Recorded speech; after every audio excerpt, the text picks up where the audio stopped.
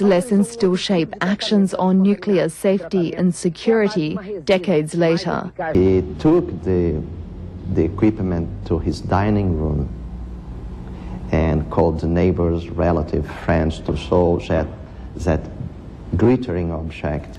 What if a simple act of curiosity could unleash an invisible killer?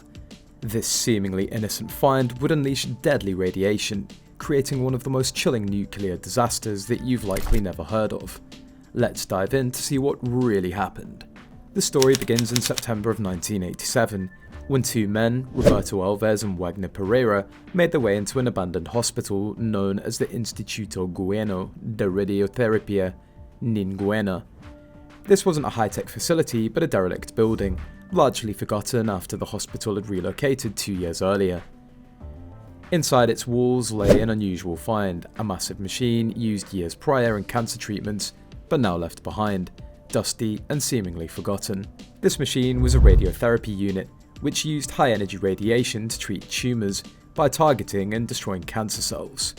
What Alves and Pereira didn't realise was that this scrap metal was one of the most dangerous things they could have found. In their search, the men found what seemed like a steel container inside the machine. Thinking it might contain something valuable, they pried it open. Their discovery, a small canister filled with cesium-137, a radioactive compound in the form of cesium chloride powder. Cesium-137 is hazardous because it emits gamma radiation, which can penetrate human tissue and damage cells even in small doses. But to Alves and Pereira, this substance was merely a curiosity. They were completely unaware of the danger that they'd just unleashed. Inside this capsule was cesium chloride, a cesium salt with a unique mesmerizing property. It glowed bright blue under certain light, making it appear like a magical stone or rare gemstone. Curious and excited, the men handled it without any protection, unknowingly exposing themselves to radiation with every touch. Not long after, they began experiencing symptoms. First came the nausea and dizziness, followed by skin burns, especially on the hands. These symptoms are classic signs of acute radiation sickness. Yet, without any awareness of the true cause, the men assumed it was food poisoning or a passing illness.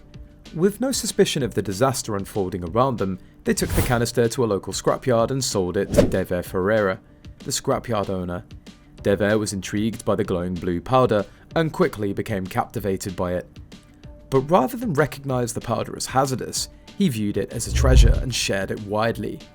He showed it to friends, neighbours and family members, even allowing some to take home small amounts as souvenirs. Perhaps the most tragic consequence of his fascination came when Dever gave a portion of the powder to his 6-year-old niece later. Entranced by the bright glow, she smeared it on her skin, painting herself with what she thought was a beautiful shimmering substance. Tragically, this decoration would cost later her life. As the days passed, people around the scrapyard, especially those who'd handled the powder, began to get sick. Later became severely ill, vomiting and showing other acute symptoms almost immediately after touching the cesium. Others, including Dever's wife Maria, also began to experience strange symptoms, from rashes to severe skin damage. But with radiation poisoning being such a rare occurrence in Goiânia, no one, not even the doctors, suspected it as the cause. Maria Ferreira, determined to find out why so many of her friends and family were suffering, collected the remaining powder in a sack and brought it to the Goiânia Department of Health, pleading with doctors to help. Imagine showing up at a health department with a sack, claiming its contents are making people sick. Initially, the doctor on duty dismissed Maria's concerns, thinking it was food poisoning or some kind of tropical illness. But something in Maria's desperation convinced him to investigate further. Later that day, he decided to call a physicist to test the powder. When the physicist arrived with his Geiger counter, he discovered a shocking truth. The radiation levels were off the scale. This wasn't just toxic, it was deadly. The city was immediately put on alert, and cleanup efforts began almost at once. Authorities set up a makeshift testing centre at the Olympic Stadium, where over 100,000 people from Goiânia lined up to be checked for radiation exposure. The operation was unprecedented. Scientists, doctors and health workers collaborated to test and decontaminate as many people as possible. In total, around 249 individuals were found to have significant radioactive contamination, while 49 people required hospitalization.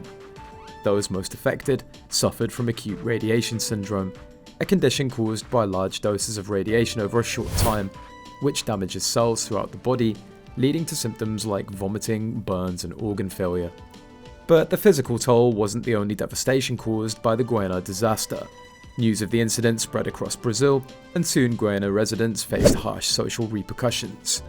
Fear of radiation ran high, nearby towns began shunning Goiânia's citizens, avoiding contact with anyone who might be contaminated. Shops, restaurants, and businesses refused to serve them. Rumours and misconceptions about radiation exposure led to widespread prejudice, with people from Goiânia essentially treated as outcasts. To counteract these fears, the government began issuing certificates of clean status to prove that an individual was free of contamination, but the stigma lingered. The environmental impact of Goiânia incident was severe as well. Cesium-137s easily transported through air and water, and particles had already spread across various parts of the city before containment began. Cleanup crews worked relentlessly, marking areas with dangerous radiation levels, isolating hotspots, and decontaminating public spaces.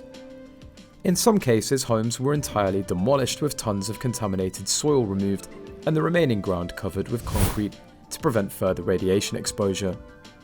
All in all, 3,500 cubic meters of radioactive material were removed from the city, and contaminated waste was transported to a remote burial site miles away from Goiânia's borders. Even with these efforts, long-term contamination issues remain. Cesium-137 has a half-life of around 30 years, meaning that it takes 3 decades for its radioactivity to diminish by half. Studies conducted as recently as 2001 still detected radiation in the soil of Goiânia, particularly below the concrete coverings intended to contain it. This raises concerns about cesium-137 potentially leaching into groundwater, affecting the environment and public health for generations to come. Beyond the immediate fallout, the Goiânia disaster served as a wake-up call for Brazil's nuclear safety regulations.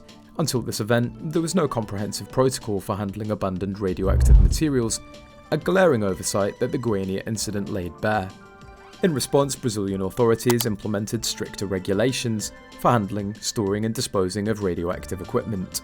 The event also influenced global nuclear policies, highlighting the need for monitoring and securing orphaned sources, radioactive materials that are lost, stolen, or abandoned without any protective measures in place.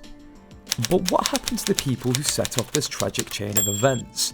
For Roberto Alves and Wagner Pereira, the two men who unknowingly released the radiation, the experience left them permanently scarred. Roberto lost his right arm and Wagner lost multiple fingers, yet neither man faced legal consequences. In a twist of irony, they had acted out of ignorance, unaware that they were handling a dangerous radioactive substance. For the Ferreira family, the toll was devastating. Later, the young girl who painted herself with the glowing powder tragically passed away after enduring the horrific effects of radiation poisoning. Her burial in a lead-sealed coffin encased in fiberglass attracted thousands of people, many of whom protested in fear that her remains could still contaminate the surrounding area. Her grave became a haunting reminder of the disaster, a permanent marker of the lives lost due to carelessness and lack of oversight. As years passed, the Goiânia disaster continued to haunt its survivors. Many experienced trauma not only from their own health issues, but also from the shame that they endured. Radiation was poorly understood, and fear drove people to shun anyone associated with Goiânia, even years after the incident. Those who lived through it struggled with anxiety, facing not just physical scars, but also the weight of isolation and hatred. This social exclusion, combined with the memory of the blue glowing powder that changed their lives, became a lasting part of Goiânia's collective memory. The Goiânia nuclear disaster stands out as one of the most significant radiological events in history that didn't involve a power plant. It revealed the dangers of orphaned radioactive materials in densely populated areas and underscored the need for constant vigilance in handling and disposing of radioactive substances. This incident serves as a grim reminder that even a small source of radiation, when mishandled, can cause widespread harm. Goiânia's story remains a powerful call for global awareness, pushing nations to take responsibility for securing all forms of radioactive material to prevent such tragedies from repeating. For the people of Goiânia, however, the disaster is more than just a lesson for future generations. It's a painful chapter in the city's history, and as cesium-137's effects linger in the soil and memory of Goiânia, one question endures. Can we ensure that no other community faces the same fate? If this story of Goiânia's hidden nuclear disaster caught your attention, consider subscribing and joining our channel for more untold stories of history. Remember to like, share and let us know in the comments